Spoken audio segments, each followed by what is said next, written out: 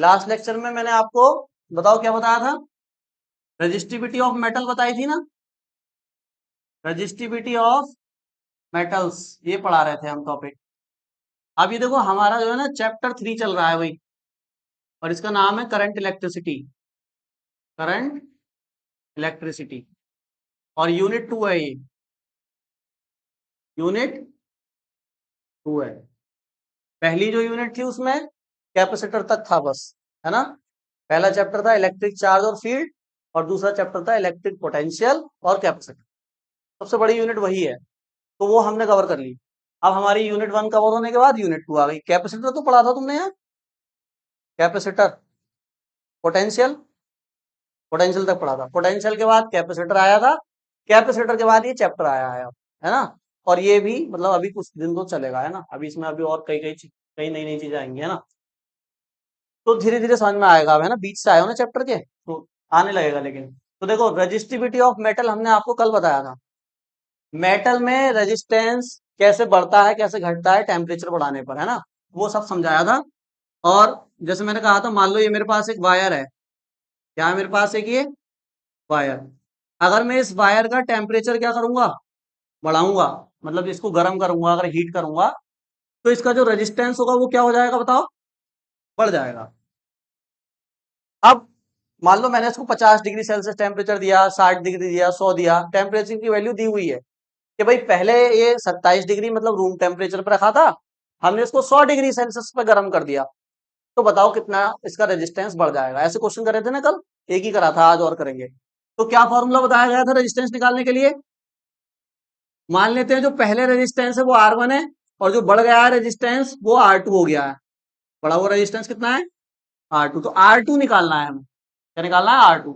तो क्या फॉर्मूला था, R2 इज इक्वल टू, तुम आए थे कल, कल नहीं आए तुम क्यों, फोकस करो यार पढ़ाई पे। बताओ, R2 is equal to R1 bracket 1 plus alpha T2 minus T1, यही था, यही है भाई। यहाँ ये अल्फा क्या है, अल्फा टेम्परेचर कॉफिशिएंट, क्या है, टेम्परेचर कॉफिशिएंट। ज्यादातर केसेस में आपको जब रेजिस्टेंस पूछा जाएगा तो अल्फा की वैल्यू क्वेश्चन के अंदर दी होगी। ये मैंने समझाया था अल्फा का कल मीनिंग, मैंने बताया था कि अल्फा क्या बताता है। अलग अलग मटेरियल के लिए अल्फा की वैल्यू अलग अलग होती है। अगर अल्फा की वैल्यू सिल्वर के लिए ज्यादा है और एल्युमिनियम के लिए कम है, तो इससे क्या पता चलेगा हमें,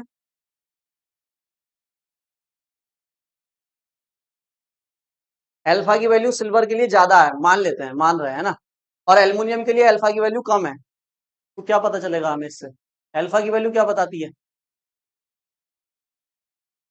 बताओ। कल ना आए थे, फिर जब समझाया था तो कहाँ है फिर।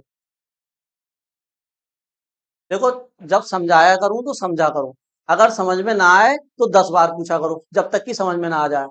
इसमें एक एक चीज को मैंने एक्सप्लेन किया था, नहीं किया था, पूरा फॉर्मूला ड्राइव करा था, ये कैसे आया है पूरा फॉर्मूला। इसमें एक एक टर्म को एक्सप्लेन किया गया है, अल्फा क्या है, T2 क्या है, T1 क्या है, R2 क्या है, कैसे बड़ा रेजिस्टेंस, क्या ग्राफ हुआ, सब बताया गया टोटल।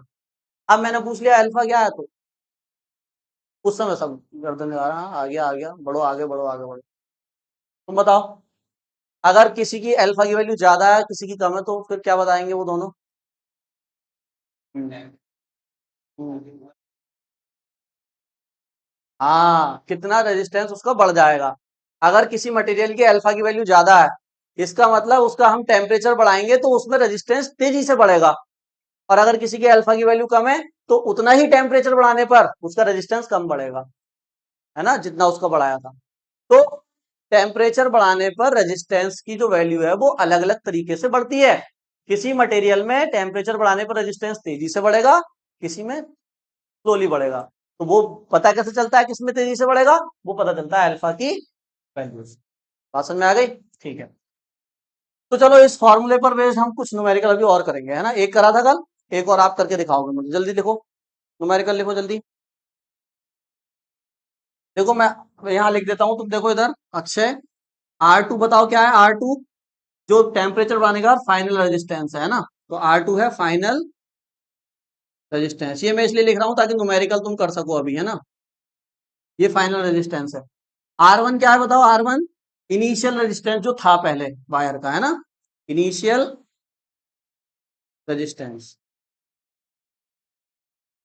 एल्फा अभी बता दिया गया कांस्टेंट है, इसकी वैल्यू क्वेश्चन में दी होगी। T2 कौन सा टेम्परेचर है बताओ, फाइनल टेम्परेचर जो हमने बढ़ा दिया है ना, बढ़ाने के बाद जो उसका फाइनल टेम्परेचर है वो है T2। और T1 कौन सा टेम्परेचर है जो उसका पहले था, इनिशियल। अभी तुम उस पर ध्यान मत दो कि रेजिस्टेंस क्या होता है, ये फॉर्मूला कहाँ से आया, कैसे बढ़ रहा है, कैसे घट रहा है, वो सब तुम्हें जो रिकॉर्डेड लेक्चर आएंगे ना, उसमें या तो मैं तुम्हें पर्सनली सेंड कर दूंगा, उसमें डाल के लिंक सेंड कर दूंगा, वो देख लेना, वो अभी अपलोड हुए नहीं है ना। ठीक है, समझ गए बात को। तो इसको नोट कर लो ताकि न्यूमेरिकल कर सको। Question 3.7 NCERT।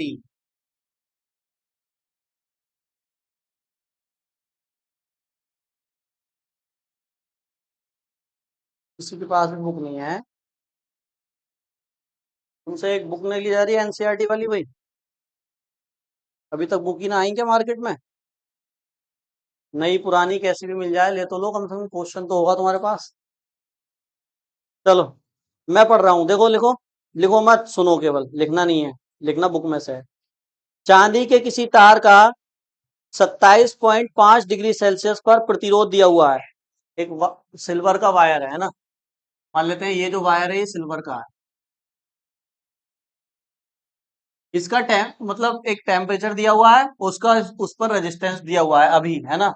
तो आगे देखते हैं, अभी लिखूंगा मैं कितना रेजिस्टेंस है।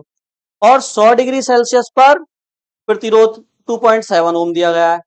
तो कह रहे हैं चांदी की प्रतिरोधकता ताप गुणांक का ताप गुणांक ज्ञात कीजिए। बहुत आसान है, देखो कह रहे हैं जब इसका टेम्परेचर 27 समथिंग था, T1 की वैल्यू दी हुई है, कितना है 27.5,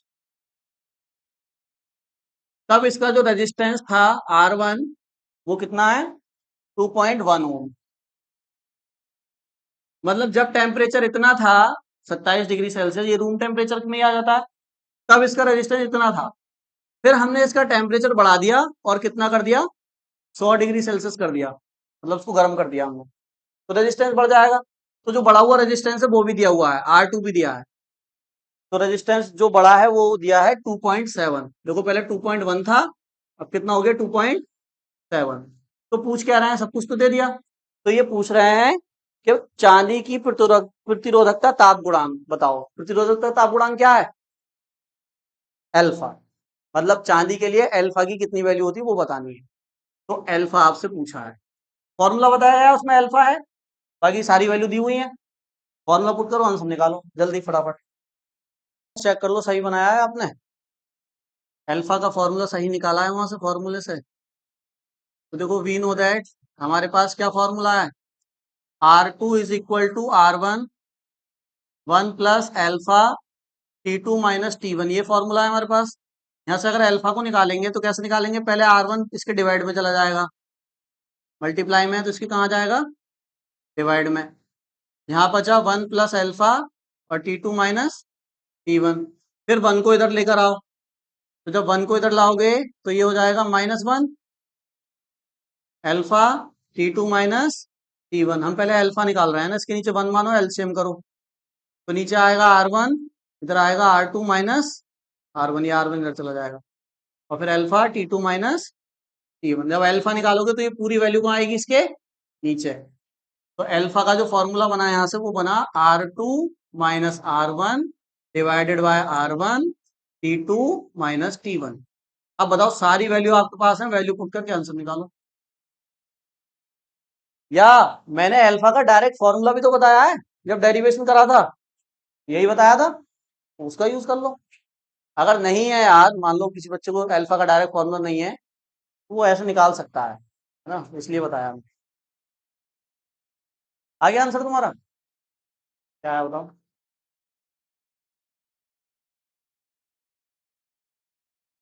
सही है, 0.00, बिल्कुल सही आंसर है। तो देखो R2 की वैल्यू लिख देंगे हम यहाँ पर कितनी 2.7, R1 की रख देंगे 2.1, R1 फिर से 2.1 और T2 माइनस T1 मतलब 100 में से आप इसको घटा दो तो कितना आएगा ये 27 है ना। तो 27 अगर घटाएंगे तो कितना आएगा 373 और 0.5 और घटाओगे तो 72.5 आएगा ना।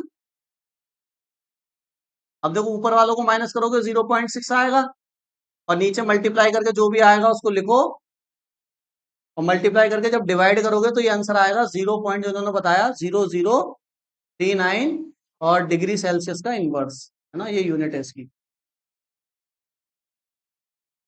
तो सिल्वर का जो अल्फा होता है वो इतना होता है। ये बहुत कम है या बहुत ज्यादा है? बहुत कम है। इसका क्या मतलब हुआ कि सिल्वर को हम टेम्परेचर देते हैं तो उसका रेजिस्टेंस बहुत धीरे धीरे बढ़ता है ना, इसलिए सिल्वर को क्या मानते हैं गुड कंडक्टर। रेजिस्टेंस धीरे धीरे बढ़ने का मतलब क्या है कि सिल्वर गुड कंडक्टर है, करंट ज्यादा पास करता है ना।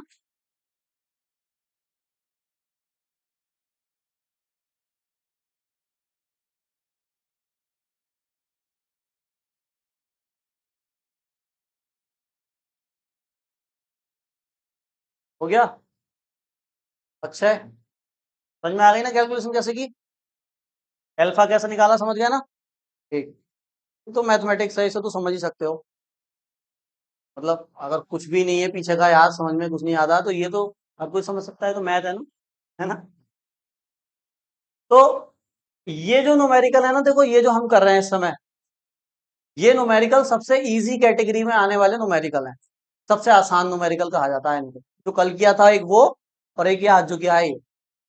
तो बोर्ड में न्यूमेरिकल ऐसे ही आते हैं। कभी कभी जो लॉन्ग में न्यूमेरिकल है वो थोड़ा सा टफ आ जाता है। वो कैसा आता है अब मैं इसके बाद वही कराऊंगा, ठीक है, उस कैटेगरी वाला न्यूमेरिकल कराऊंगा।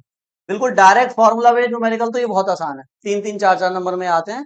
पर फॉर्मूला याद होगा तभी कर पाओगे, है ना। चलो। हम्म। हम्म। सर्किट बना हुआ, थ्री थ्री चैप्टर का ही देख रहे हो ना। सर्किट एनसीईआरटी के न्यूमेरिकल आगे पीछे नहीं होते हैं यार, दिखाओ। इधर है 3.8। इस क्वेश्चन को समझना है ना, ध्यान से समझना है इसको। कह रहे हैं नाइक्रोम, नाइक्रोम मतलब एक वो होता है जिससे वायर बनाते हैं हम, है ना। तो एलिमेंट है एक वायर बनाने वाला। नाइक्रोम के तार होते हैं जो कि हीटर में यूज होता है, वायर नाइक्रोम का, है ना। जैसे टंगिस्टन होता है, बल्ब का जो फिलामेंट होता है वो टंगिस्टन का होता है। ये वो वाले मतलब ये वो मटेरियल हैं जिनका रेजिस्टेंस बहुत ज्यादा हम कर सकते हैं, इनका रेजिस्टेंस बहुत ज्यादा हो जाता है। रेजिस्टेंस ज्यादा हो जाने का मतलब ये है कि ये हीट बहुत ज्यादा हो सकते हैं, ये पिघलते नहीं है इतनी आसानी से, ये बहुत ज्यादा हीट को भी सहन कर सकते हैं, है ना। तो वही वैसा ही एक वायर है। कह रहे हैं नाइक्रोम का एक तापन अवयव 230 वोल्ट की सप्लाई से जुड़ा है, संयोजित है मतलब जुड़ा है, और 3.2 एम्पियर की प्रारंभिक धारा लेता है। क्वेश्चन को बहुत ध्यान से समझना, बहुत ध्यान से, है ना। कह रहे हैं ये नाइक्रोम का एक हमने एक वायर लिया है, इतना इतना पार्ट इसका नाइक्रोम का है, और फिर इसको हमने कनेक्ट कर दिया है किससे, एक सप्लाई से। ये मान लो हमारी बैटरी है, यानी सप्लाई, सप्लाई का मतलब बैटरी होता है, ठीक है। और ये दी गई है 230 वोल्ट की बैटरी, सही है। अब 230 वोल्ट की हमने सप्लाई से इसको जोड़ा, तो कह रहे हैं इसने 3.2 एम्पियर की प्रारंभिक धारा लेता है। ये जो नाइक्रोम का वायर है इस बैटरी से कितना करंट ले रहा है, 3.2 एम्पियर। प्रारंभिक बोला गया है मतलब करंट चेंज होगा आगे जाके, वरना प्रारंभिक नहीं बोलते। मतलब अभी तो जब जैसे ही इसको बैटरी से कनेक्ट किया, अभी जो करंट जा रहा है वो 3.2 एम्पियर का करंट है। तो मान लेते हैं I1 जो है वो I1, प्रारंभिक को I1 मान लेते हैं, फाइनल को I2 मान लेंगे, है ना। तो I1 की वैल्यू दी हुई है 3.2 एम्पियर, इसमें करंट जाएगा बैटरी से, ठीक है। फिर क्या बोला आगे, जो कुछ सेकंड में, देखो चेंज हो गया, जो कुछ सेकंड में 2.8 एम्पियर पर स्थायी हो जाता है। मतलब जब बैटरी कनेक्ट करी थी तो इतना करंट गया था, थोड़े सेकंड बाद जो करंट है वो 2.8 एम्पियर हो गया और फिर रुक गया वहां जाके, ठीक है। तो हम कहेंगे I2 की वैल्यू कितनी हो गई, 2.8 एम्पियर, ठीक है। तो ये करंट देखो पहले 3.2 एम्पियर था, बाद में क्या हुआ, कम। क्यों हुआ कम, बताओ। ये करंट पहले इतना था, बाद में कम हो गया, क्यों हुआ कम।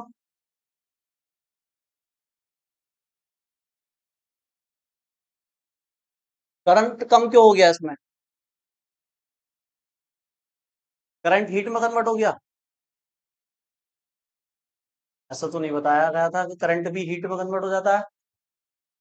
करंट की वजह से हीट हो जाता है वायर, करंट हीट में नहीं कन्वर्ट होगा ना, ऐसा नहीं कहेंगे। हाँ तो उससे क्या हुआ, हीट से क्या होगा।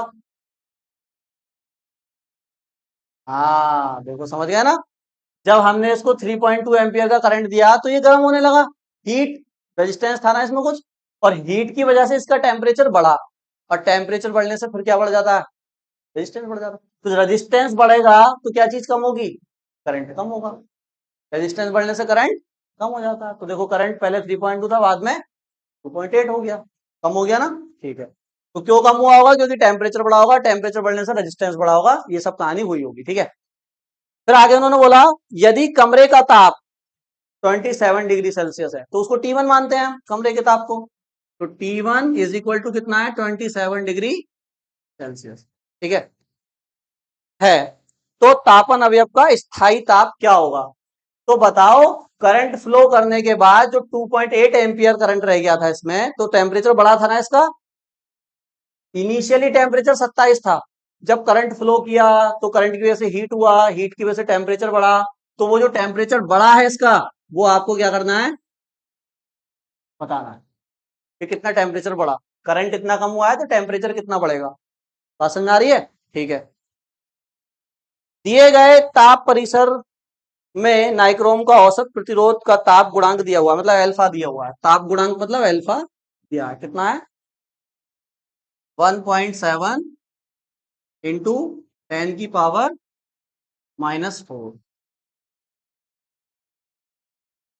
कोई बता सकता कैसे करेंगे इसको। करंट दिया है इस बार, कि पहले करंट इतना है, टेम्परेचर बढ़ने के बाद करंट इतना हो गया, टेम्परेचर पहले इतना था, बाद वाला आपको बताना है, अल्फा की वैल्यू दी हुई है, कैसे करेंगे बताओ, है कौन सा, करंट डेंसिटी निकालेंगे। हाँ बिल्कुल सही, देखो यही थिंकिंग चाहिए, है ना। अब थोड़ा सा ज्यादा टफ थोड़ी है, बस R1 R2 की जगह I1 I2 कर दिया इन्होंने। तो अगर करंट दिया है तो रेजिस्टेंस नहीं निकाल सकते, निकाल सकते हैं। क्यों निकाल रहे हैं रेजिस्टेंस, क्योंकि हमारा जो फॉर्मूला है वो उसमें क्या आता है, देखो इधर जरा, हम तो रेजिस्टेंस निकालने का एक ही फॉर्मूला जानते हैं अभी जो बताया गया, R2 is equal to R1 1 plus alpha T2 minus T1। कौन बोल रहा है, ये फॉर्मूला जानते हैं रेजिस्टेंस निकालने का, ये जानते हैं। क्वेश्चन में R1 R2 ना देकर I1 I2 दे दिया, तो I1 I2 से पहले आप क्या करोगे, R2 R1 निकालोगे, फिर उसके बाद इस फॉर्मूले को अप्लाई करके T2 निकल जाएगा बहुत आसानी से, जैसे कल किया था एक क्वेश्चन T2 वाला, उसको निकाला ना, निकाला था। ठीक, अब R2 कैसे निकाला जाए, तो देखो बैटरी का क्या गिवन है आपको, वोल्टेज V गिवन है, ये थोड़ी ना चेंज हो रहा है, ये तो फिक्स है। I1 के लिए भी इतना ही वोल्टेज है और I2 के लिए भी इतना ही वोल्टेज है। I1 I2 चेंज हुआ तो V पता है, I1 पता है, तो क्या R1 नहीं निकाल सकते, ओम्स लॉ, जो कि बहुत गहराइयों में जाके पढ़ाया गया है ना। तो ओम्स लॉ का फॉर्मूला आप जानते हैं, R is equal to, high school में पढ़ा होगा, पढ़ा था हाई स्कूल में, अरे तुम्हें बता देना चाहिए ना, तुमने पढ़ाया तो, पढ़ाया ना। तो R equal to V upon I, R1 निकालना है तो V तो सेम है, I की जगह क्या आ जाएगा I1, सेम अगर R2 निकालना है तो क्या करूंगा, V अपॉन I2। V की वैल्यू बताओ कितनी है 200, I1 कितना है, ऐसे ही रहने दो इसको, अभी कैलकुलेट मत करो, करना चाहो तो कर लो, वरना ऐसे ही पुट कर देना। ऐसे बताओ R2 कितना है, सॉरी R2 V कितना है 230, और I2 कितना है 2.8। R1 R2 आ गया, यहाँ से T2 निकाल के दिखाओ, जल्दी कैलकुलेशन करो, तो देख लो फिर कैसे करेंगे। देखो जैसे मैंने कल बताया था, यहाँ से T2 माइनस T1 की वैल्यू निकालो पहले, है ना। तो R1 को कहाँ ले आएंगे, इसके नीचे जैसा भी कर रहे थे, और 1 इधर आएगा, डायरेक्ट ले आऊं, -1, तो यहाँ क्या बचा, अल्फा T2 माइनस T1। यहाँ से ये हो जाएगा R2 माइनस R1, जहां समझ में ना आए वहीं रोक देना मुझे, है ना। इक्वल टू ये क्या हो जाएगा, T2 माइनस, हम T2 माइनस T1 निकाल रहे हैं, मतलब T2 निकालना है ना, T1 तो पता है, लेकिन दोनों को निकाल लो यहाँ से। तो अल्फा कहाँ चला जाएगा इसके, अपॉन में, तो यहाँ कर लेते हैं, देखो। तो ये आएगा R2 minus R1 divided by R1 alpha is equal to T2 minus T1। अब इसमें वैल्यू पुट करो, तो R2 देखो कितना है, ऐसे ही रख दो, जो है वैल्यू फ्रैक्शन में ही रख दो, कितना है 3 चाहो तो डिवाइड करके यहाँ से सॉल्व करके भी रख सकते हो, ऐसे बात नहीं है ना। देखो फ्रैक्शन में हम रख रहे हैं ताकि वैल्यू कट हो जाए। तो ये 230 और ये डिवाइड में क्या है 2 पॉइंट, वैल्यू कहीं अगर मैं गलत रख दूं तो मुझे वहीं रोक देना। ये कितना है R1, 230 डिवाइडेड बाय 3.2, और फिर कितना है देखो अल्फा, अल्फा की वैल्यू कितनी है 1.7 10 की पावर माइनस के 4 is equal to T2 minus T1 कितना है 27। इसको मैं लास्ट में लेके आऊंगा जब यहाँ पर एक आंसर आ जाएगा, तो उसको इसमें ऐड कर दूंगा लाके, बस, है ना। अभी लाओगे तो फिर एलसीएम वगैरह का कंफ्यूजन पड़ जाएगा, है ना। तो यहाँ पर हम देख रहे हैं, देखो एलसीएम हो रहा है ना, तो इनकी मल्टीप्लाई इसकी इससे ऐसे करके करेंगे। चलो, या एक काम करो, देखो यहाँ 230 है, यहाँ 230 है, दोनों से क्या ले लो 230 को कॉमन, तो 230 कॉमन आ जाएगा, अंदर यहाँ 1 बचेगा, यहाँ 1 बचेगा, और फिर क्रॉस करो मल्टीप्लाई, तो नीचे आएगा 3.2 2.8, इधर जाएगा 2.8 माइनस 3.2। ये बात समझ गए नहीं समझे, इधर कितना है बताओ 230 डिवाइडेड बाय 3.2 1.7 10 की पावर माइनस के 4, जहां समझना है वहीं रोक देना। 230 से 230 कैंसिल हो जाएगा, और ये 32 कहाँ जाएगा, ये ऊपर जाएगा, और ये दोनों कहाँ आएंगे नीचे। ये तो समझ लो ना कैसे करते हैं, इनको माइनस करो, बताओ कितना आएगा 0.4, माइनस 0.4 ये आएगा, और ये दोनों जाएंगे नीचे, 32 आएगा ऊपर, तो इंटू 3.2, और ये दोनों कहाँ जाएंगे नीचे, 3.2 इंटू 2.8 इंटू 1.7 इंटू 10 की पावर माइनस के 4, T2 माइनस 27। बताओ यहाँ तक, यहाँ से 230 को मैंने कॉमन लिया, यहाँ 1 1 बचा, एलसीएम कर दिया, ये आया। अब ये वाली जो नीचे अपॉन के नीचे अपॉन होता है ना, तो इसको कहाँ ले जाते हैं नीचे, और इस वाले को कहाँ ले जाते हैं सबसे ऊपर, तो इनको जो माइनस करके आया उसके साथ मैंने 3.2 लिख दिया, और ये दोनों कहाँ आ गए इसके साथ नीचे आ गए। यहाँ से 3.2 कैंसिल हो गया, यहाँ से पॉइंट कैंसिल हो गया, यहाँ पे 4 7 जा 28 आ गया। अरे ठीक है यहाँ तक, चलो। तो ऊपर क्या बचा बताओ 1 माइनस के, और नीचे क्या है 17 की 7 से मल्टीप्लाई कर दो, कितना आएगा 153 होता है आई थिंक, नहीं 7 से करनी है ना, तो 199 होता है, 119 17 सत्ते 119 होता है ना। एक नंबर के बाद क्या लगा दो पॉइंट, 10 की पावर माइनस के, अरे ठीक है T2 माइनस 200 मतलब 27 डिग्री सेल्सियस, यहाँ तक सही है भैया।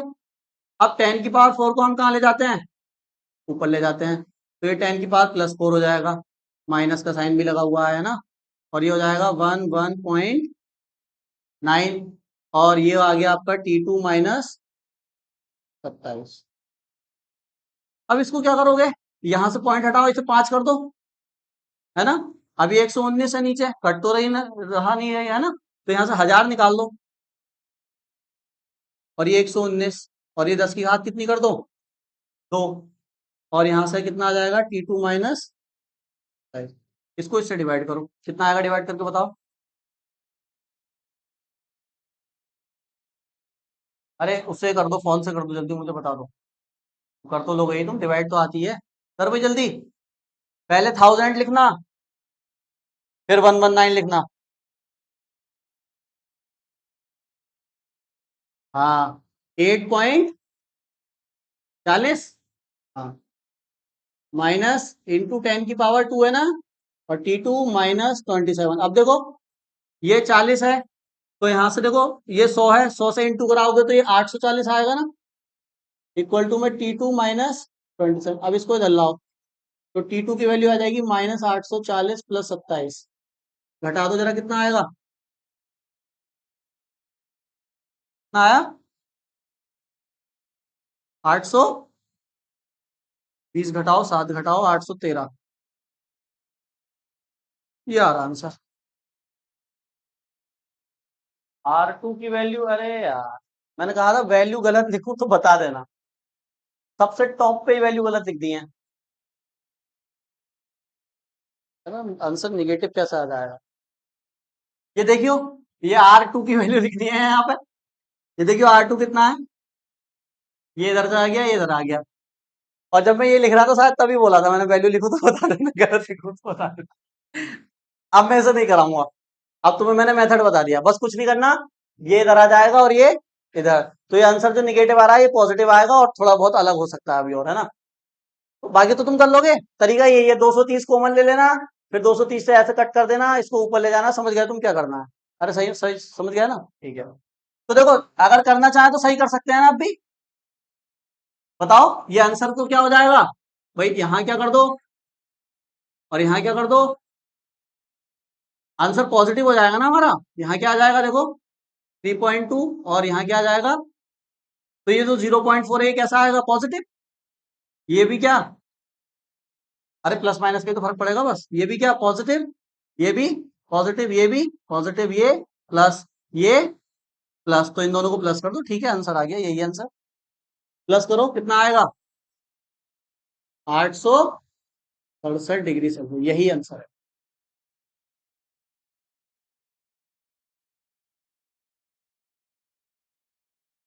हेडिंग डालो सुपर कंडक्टर।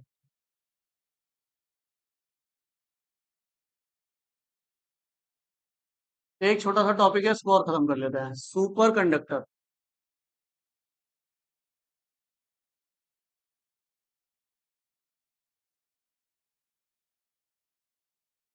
अति चालक। देखो इधर क्या लिखी गई है हेडिंग, इधर देखो सब बोर्ड पे देखेंगे, ये इंपॉर्टेंट है ना, ये इंपॉर्टेंट है।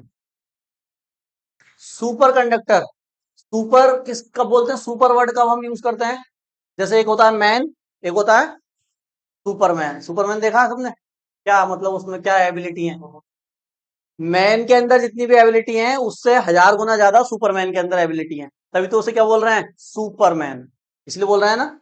तो सुपर वर्ड तब यूज करते हैं जब बहुत ज्यादा एक्स्ट्रा ऑर्डिनरी पावर्स आ जाएं किसी की भी चीज के अंदर, उसको हम फिर सुपर कहेंगे, ठीक है। वो तो इमेजिनरी है सुपरमैन, है ना, रियल में तो सुपरमैन होता ही नहीं, लेकिन रियल में सुपर कंडक्टर होता है, ठीक है। तो बताओ कंडक्टर, ये क्या होता है कंडक्टर, कंडक्टर किसको बोलते हैं, जिसमें करंट फ्लो होता है, जिसमें करंट फ्लो होता है उसको कंडक्टर बोलते हैं, जिसमें नहीं फ्लो होता उसको इंसुलेटर बोलते हैं। हम कह रहे हैं सुपर कंडक्टर, तो सुपर कंडक्टर में भी तो करंट ही फ्लो होगा, तो सुपर क्यों बोल रहे हैं। तो देखो इसको सुनो जरा ध्यान से, है ना, जैसे मैंने अभी आपको क्या बताया, इधर देखो, जैसे मान लो ये कोई वायर है, ठीक है, अगर हम इसका टेम्परेचर बढ़ाएंगे तो इसका रेजिस्टेंस क्या होगा, अरे बताओ, अगर टेम्परेचर बढ़ाएंगे तो रेजिस्टेंस बढ़ेगा, ये बात तो जानते हैं, अगर टेम्परेचर बढ़ता है तो रेजिस्टेंस भी बढ़ता है। तो करीब 1911 में एक साइंटिस्ट थे, हाइकी हाइकी ओम्स। देखो ज्यादा पुरानी बात नहीं, 1911 मतलब लगभग 123 113 साल हो गए ना, 113 साल पुरानी बात है। जो हाइकी ओम्स है ना, वो इसी चीज को पढ़ रहे थे जो तुमने अभी पढ़ा है, कि टेम्परेचर बढ़ने पर रेजिस्टेंस बढ़ जाता है, इसी चीज की वो स्टडी कर रहे थे, हाइकी ओम्स साइंटिस्ट, ठीक है। अब उन्होंने क्या किया, इसका उल्टा किया, भाई टेम्परेचर बढ़ाने पर रेजिस्टेंस क्या हो रहा है, बढ़ रहा है। अगर मैं इसका टेम्परेचर कम करूं, अगर इसका टेम्परेचर कम करूं मतलब क्या करूं, इसको ठंडा करूं, वायर को क्या करना है, ठंडा। तो जब बढ़ाने पर रेजिस्टेंस बढ़ेगा, तो टेम्परेचर घटाने पर रेजिस्टेंस क्या होगा, घटेगा, घटेगा। तो वो लैब में जो पारा होता है, पारा मेटल कंडक्टर होता है, सॉलिड मतलब सॉलिड नहीं लिक्विड होता है वो मेटल, लेकिन कंडक्टर होता है ना, तो उसके ऊपर वो एक्सपेरिमेंट कर रहे थे, उसका वो टेम्परेचर कम कर रहे थे और देख रहे थे रेजिस्टेंस कैसे कैसे कम होगा। करते करते कम करते करते करते करते वो पहुंच गए 4.1 केल्विन पर। अब 4.1 केल्विन टेम्परेचर बहुत ही ज्यादा कम हो गया, है ना। केल्विन तो समझते हो ना, डिग्री सेल्सियस, मतलब 273 केल्विन में 1 डिग्री सेल्सियस होता है, तो जानते हैं ना, 1 डिग्री सेल्सियस होता है 273 केल्विन पे, है ना। तो देखो वो कितना केल्विन ले गए, 4.1, मतलब माइनस में चला गया डिग्री सेल्सियस, बहुत ज्यादा, है ना। इसमें से माइनस करोगे 273 को तो पता चल जाएगा कितना डिग्री सेल्सियस। तो इतने कम टेम्परेचर पर उन्होंने क्या देखा कि जो पारा था ना मरकरी, उसका रेजिस्टेंस जीरो हो गया, क्योंकि टेम्परेचर कम करने से रेजिस्टेंस खत्म होता गया, खत्म होता गया, कम होता गया। और जब टेम्परेचर इतना पहुंचा तो फिर उसका जो मरकरी का जो रेजिस्टेंस था वो पूरा क्या हो गया, जीरो, बिल्कुल zero, equal to zero, tends to zero नहीं, बिल्कुल जीरो हो गया। रेजिस्टेंस पूरी तरह से वायर में से खत्म हो गया। अब बताओ, अब इतने टेम्परेचर पर जब मरकरी का रेजिस्टेंस ही खत्म हो गया और अब हम उसमें क्या फ्लो कर दें, करंट फ्लो कर दें, तो वो क्या करंट कभी अब खत्म हो पाएगा? मतलब जो करंट किसकी वजह से कम हो जाता है, रेजिस्टेंस की वजह से। मेटल में से रेजिस्टेंस ही हटा दिया, मतलब रेजिस्टेंस जीरो हो गया। तो अब जो करंट का फ्लो है वो कभी रुकेगा ही नहीं। एक बार करंट फ्लो कर दिया, एक बार सोर्स लगा दिया, तो करंट का फ्लो चलता रहता है, दिनों महीनों हफ्तों तक चलता रहता है। तो ये जो प्रॉपर्टी उसके अंदर आई, मरकरी के अंदर टेम्परेचर कम करने पर उसका रेजिस्टेंस क्या हो गया, जीरो। तो हम कहेंगे जो मरकरी है वो क्या बन गया, अब सुपर कंडक्टर बन गया, क्योंकि उसका रेजिस्टेंस हो गया जीरो। जिस भी मटेरियल का टेम्परेचर कम करने पर रेजिस्टेंस जीरो हो जाता है, उस मटेरियल को क्या कहा जाता है, सुपर कंडक्टर कहा जाता है। तो क्या भैया सभी मेटल का टेम्परेचर अगर हम कम करें तो सब सुपर कंडक्टर बन जाएंगे? बिल्कुल नहीं बनेंगे। कुछ खास तरह के मटेरियल ही होते हैं जो सुपर कंडक्टर बन जाते हैं, सब नहीं बनते। जैसे सिल्वर, एल्युमिनियम और कॉपर, इनको अगर लोगे तो इनका चाहे 1 केल्विन भी कर दोगे ना टेम्परेचर, तब भी ये सुपर कंडक्टर नहीं बनते। कुछ ही मटेरियल होते हैं ऐसे जो सुपर कंडक्टर बन जाते हैं, दैट इज उनका रेजिस्टेंस जीरो हो जाता है। और रेजिस्टेंस जीरो का मतलब 1000 या 100 गुना उनका जो करंट है वो ज्यादा फ्लो होने लगता है, नॉर्मल नॉर्मल टेम्परेचर पे जितना होता है उससे ज्यादा। ठीक है। तो जब इतना इनके अंदर क्या आ गई, पावर आ गई, तो इसको हम क्या बोल देते हैं फिर, सुपर कंडक्टर। बात समझ में आ गई। और जिस टेम्परेचर पर ये सुपर कंडक्टर बनते हैं उस टेम्परेचर को कहा जाता है ट्रांजिशन टेम्परेचर। क्या कहा जाता है, ट्रांजिशन टेम्परेचर। संक्रमण ताप, क्या कहा जाएगा, संक्रमण ताप। लिखो जरा जल्दी इसमें, लिखो कुछ पदार्थों में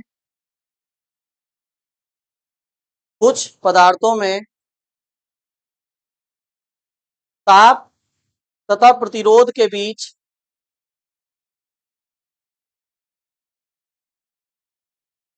ताप तथा प्रतिरोध के बीच एक असामान्य संबंध देखा जाता है। असामान्य संबंध देखा जाता है। जैसे जैसे जैसे जैसे पदार्थ को ठंडा किया जाता है, जैसे जैसे पदार्थ को ठंडा किया जाता है, उसका टेम्परेचर, सॉरी उसका ताप, ठंडा किया जाता है, उसका, सॉरी ताप नहीं, उसका रेजिस्टेंस घटता जाता है, उसका रेजिस्टेंस घटता जाता है। और एक और एक विशेष तापमान पर और एक विशेष तापमान पर रेजिस्टेंस, प्रतिरोध, रेजिस्टेंस शून्य हो जाता है, रेजिस्टेंस शून्य हो जाता है। इस घटना को इस घटना को अति चालकता कहते हैं। अति चालकता मतलब सुपर कंडक्टिविटी। इस घटना को अति चालकता कहते हैं। तथा ऐसे पदार्थों को तथा ऐसे पदार्थों को अतिचालक कहते हैं, सुपर कंडक्टर, है ना। ऐसे पदार्थों को अतिचालक कहते हैं। उदाहरण देखो, एग्जाम्पल देखो, पारा, comma tungsten, comma aluminium. Aluminium भी सुपर कंडक्टर बन जाता है ना, एल्युमिनियम आदि आदि। ठीक है, तो हमने आपको मरकरी का देखो ये बताया, 4.1 केल्विन पर मरकरी किसमें बदल जाएगा, सुपर कंडक्टर में बदल जाएगा। बात समझ में आ गई।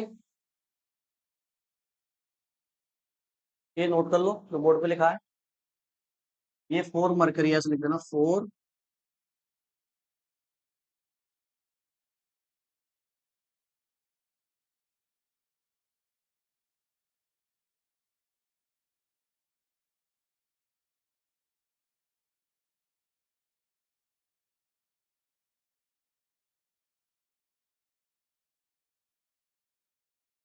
अब ये तो बहुत बढ़िया चीज है भाई, अगर आप सुपर कंडक्टर में करंट फ्लो कर रहे हैं, दैट इज करंट का फ्लो भी ज्यादा हो जाएगा क्योंकि उसको रोकने वाला नहीं है कोई, और वो फ्लो भी काफी टाइम के लिए हो जाएगा। आप सोर्स भी हटा दोगे तब भी उसमें करंट क्या होता रहेगा, फ्लो होता रहेगा। तो फिर इसका तो बहुत ज्यादा यूज किया जा सकता है।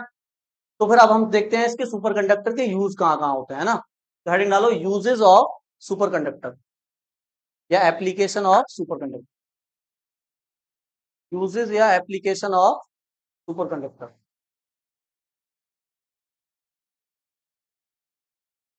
अब कर दें इसको।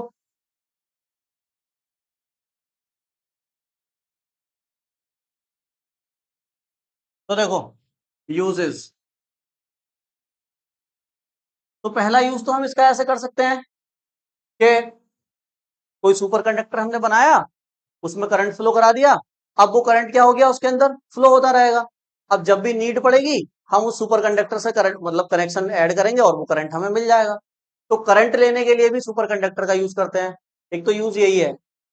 दूसरा जो यूज इसका सबसे अच्छा है वो है इलेक्ट्रोमैग्नेट बनाने में। क्या बनाने में, इलेक्ट्रोमैग्नेट। सुपर कंडक्टर का यूज करके हम इलेक्ट्रोमैग्नेट बनाते हैं। इलेक्ट्रोमैग्नेट समझते हो, इलेक्ट्रोमैग्नेट।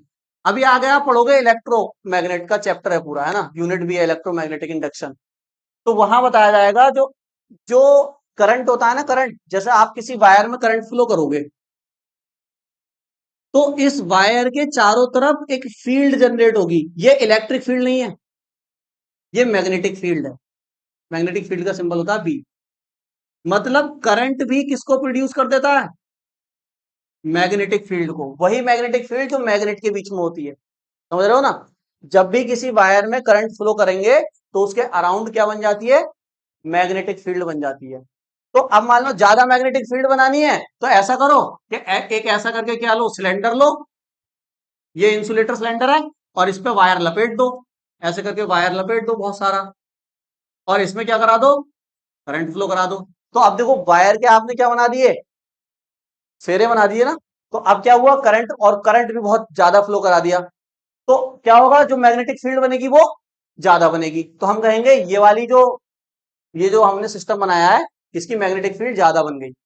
तो ऐसे करके आप वायर का यूज करके क्या बना सकते हो, मैग्नेट। ये बिल्कुल वही मैग्नेट बन गई जो मैग्नेट होती है आपके पास, लेकिन इसमें मैग्नेट का तो यूज ही नहीं हुआ कहीं। इसलिए ऐसी मैग्नेट को हम क्या बोलते हैं, इलेक्ट्रोमैग्नेट। इलेक्ट्रो का मतलब है यहाँ करंट से बनाई गई मैग्नेट।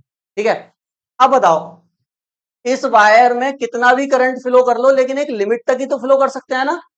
यानी जो मैग्नेटिक फील्ड बनेगी वो एक लिमिट में ही बनेगी। जैसे मान लो आप इसमें चाहोगे बहुत ज्यादा हम करंट फ्लो कर दें, तो ऐसा हो ही नहीं सकता। क्यों नहीं हो सकता, क्योंकि एक टाइम बाद क्या होता है, देखो पावर का, पावर लॉस का फॉर्मूला आप जानते हैं, आई स्क्वायर आर, ये हाई स्कूल में पढ़ा होगा, इंटर में भी पढ़ोगे। ये पावर लॉस का फॉर्मूला है।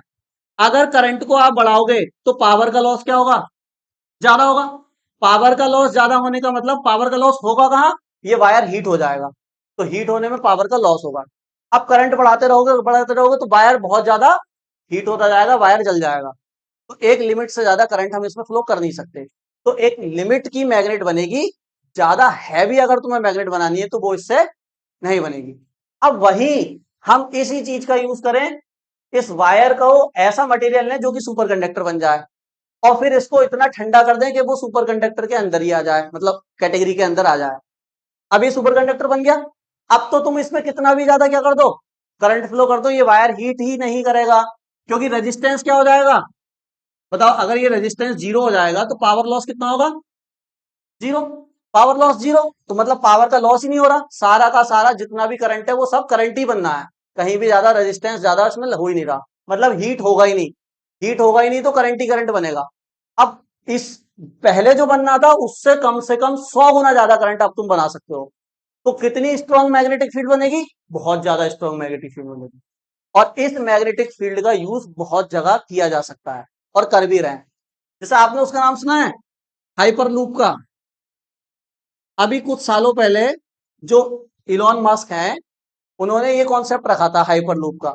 हाइपरलूप का मतलब यह है कि एक ऐसे करके एक बहुत बड़ा कैप्सूल टाइप बनाएंगे, ठीक है, और ऊपर भी सुपर कंडक्टर लगा देंगे, मैग्नेट सुपर कंडक्टर वाली, और नीचे भी। तो जो जो हमारी ट्रेन वगैरह जो होगी वो ऐसे हवा में होगी, और इस ट्यूब में से हम सारा वैक्यूम निकाल देंगे। तो इससे क्या होगा, देखो, उन्होंने आइडिया लगाया कि हम 1000 किलोमीटर पर आवर की स्पीड से चल सकते हैं इस टेक्नोलॉजी का यूज करके। कैसे चल सकते हैं, जैसे मान लो कोई रोड पर गाड़ी चलती है, बस चलती है, ट्रेन चलती है, तो वो कैसे चलती है, पहली बात तो वो रोड से क्या करती है, उसके जो पहिए होते हैं वो रोड को क्या करते हैं, टच करते हैं, पहली तो दिक्कत ये है। अब टच करने से क्या आता है, फ्रिक्शन आता है, फ्रिक्शन फोर्स आप जानते हो, वो उसको अपोजिट लगता है, फ्रिक्शन फोर्स। दूसरा यहाँ पर क्या, यहाँ पर क्या है बताओ, सब में एयर है, एयर को पास करते हुए चल रही है, तो फिर एयर भी क्या लगाती है, ड्रैग फोर्स पीछे की तरफ अपोजिट। तो फ्रिक्शन फोर्स भी है, ड्रैग फोर्स भी है, तो इसकी स्पीड एक लिमिट से ज्यादा नहीं हो सकती। अगर क्या होगा, अगर यहां से एयर हटा दो आप, और इस बस को या ट्रेन को ऐसे हवा में ले आओ थोड़ा सा ऊपर, तो ऊपर ले आओगे तो फ्रिक्शन खत्म, वैक्यूम कर दोगे तो एयर खत्म। दोनों जो स्पीड को रोक रही थी वो दोनों चीजें आपने क्या कर दी, खत्म कर दी। इन दोनों को खत्म करके जो ट्यूब बनाई गई उसी को हाइपरलूप कहा गया। अब इसमें क्या होता है, सुपर कंडक्टर लगा देते हैं, तो ये पूरी की पूरी ट्रेन है, जो जो उसके अंदर है, ट्रेन जो चलेगी वो ऊपर उड़ जाती है, गैप बीच में कुछ नहीं होगा। क्यों उड़ गई ऊपर, क्योंकि मैग्नेट है ना ये, और इतनी ज्यादा स्ट्रॉन्ग मैग्नेट है, आपको पता है जब दो नॉर्थ नॉर्थ सामने आते हैं तो वो मिलते ही नहीं है आपस में, वो क्या रहता है, गैप रहता है उनके बीच में। तो ऐसे करके इसका लगा दिया, नीचे मैग्नेट लगा दी, ये हवा में वैक्यूम कर दिया, तो हवा भी खत्म, जो एयर थी इसके अंदर वो भी खत्म। अब जो ये स्पीड पकड़ेगी वो लगभग 1000 किलोमीटर पर आवर की स्पीड। ये आइडिया इलॉन मस्क का था, है ना। तो लेकिन आइडिया था, इस पर अभी काम चल रहा था, लेकिन अब कुछ सालों पहले इसका काम भी बंद हो गया है, क्योंकि जो मतलब कंपनियां थी जो इन्वेस्ट कर रही थी इस प्रोजेक्ट में, उन्होंने पैसे वापस ले लिए, उन्हें मतलब ये लगा कि ये मतलब फर्जी है, ऐसे इसमें कुछ फायदा वायदा ना होगा। लेकिन ये टेक्नोलॉजी अच्छी है, आगे जाके फ्यूचर में बन सकती है, समझ गया ना। तो सुपर कंडक्टर का यूज मैंने आपको बताया, एक तो करंट को क्या करने में होता है, स्टोर। करंट को आप क्या कर सकते हो, इससे स्टोर कर सकते हो, फ्लो करा दो, चलता रहेगा करंट महीनों तक, सालों तक, सोर्स हटा दोगे फिर भी। और दूसरा यूज किसमें बताया मैंने इसका, इलेक्ट्रोमैग्नेट बनाई जाती है बहुत बड़ी बड़ी, जो कि नॉर्मल मैग्नेट से भी कई गुना ज्यादा स्ट्रांग हो। बात समझ में आ गई। तो पहला यूज लिखो, लिखो इनका यूज, यानी इनका उपयोग वैद्युत धारा को वैद्युत धारा को संचित करने में किया जाता है, वैद्युत धारा को संचित करने में किया जाता है। दूसरा लिखो, नंबर 2, देखो इनका उपयोग इलेक्ट्रोमैग्नेट बनाने में किया जाता है, इलेक्ट्रोमैग्नेट बनाने में किया जाता है, जो कि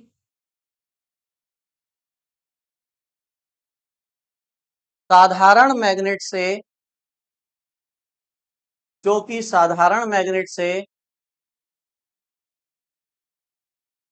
कई गुना ज्यादा